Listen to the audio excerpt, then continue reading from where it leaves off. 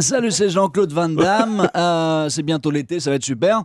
Marqué sur cette place où on était effectivement ensemble il y a quelques heures, c'est l'odeur qui reste encore sur nos vêtements, sur le blouson que je porte en ce moment, sur celui que vous portez aussi, Thomas. Une odeur caractéristique, c'est une odeur de poudre.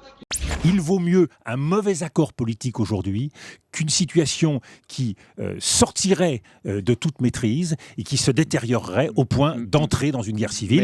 Est-ce qu'on peut dire que les négociations sont achevées et qu'on va vers un compromis? Non, il faut rester au conditionnel. Ce que disait Euripide, si tu as des choses plus fortes que le silence à dire, dis-les, sinon garde le silence. C'est bien la priorité à la négociation politique, faire en sorte que l'opposition et le pouvoir puissent se parler. C'est le bordel ou c'est pas le bordel? C'est le bordel ou c'est pas le bordel? C'est le bordel.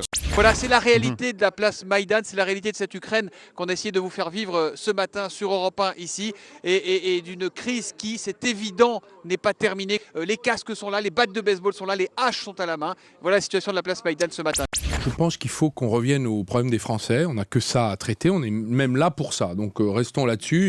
Mon souci, c'est que nos créanciers continuent à faire confiance à notre pays et continuent à nous prêter. Parce que si jamais ils prennent peur, si les taux d'intérêt s'envolent, là ce sera la catastrophe. Je peux te dire que y a un oiseau. D'abord, une perspective à moyen terme, c'est-à-dire à 5 ans, sur la question de fiscalité des gouvernements. Est-ce que les finances publiques sont bien gérées ou non? Parce qu'il y a une grande crainte des impôts, des autres changements.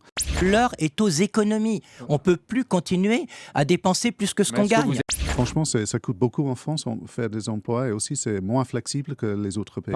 Je ne suis pas pour la fermeture au monde. Je dois vous dire que la démondialisation, en acte dans mon ministère, c'est la défense, l'organisation méthodique de l'industrie du Made in France.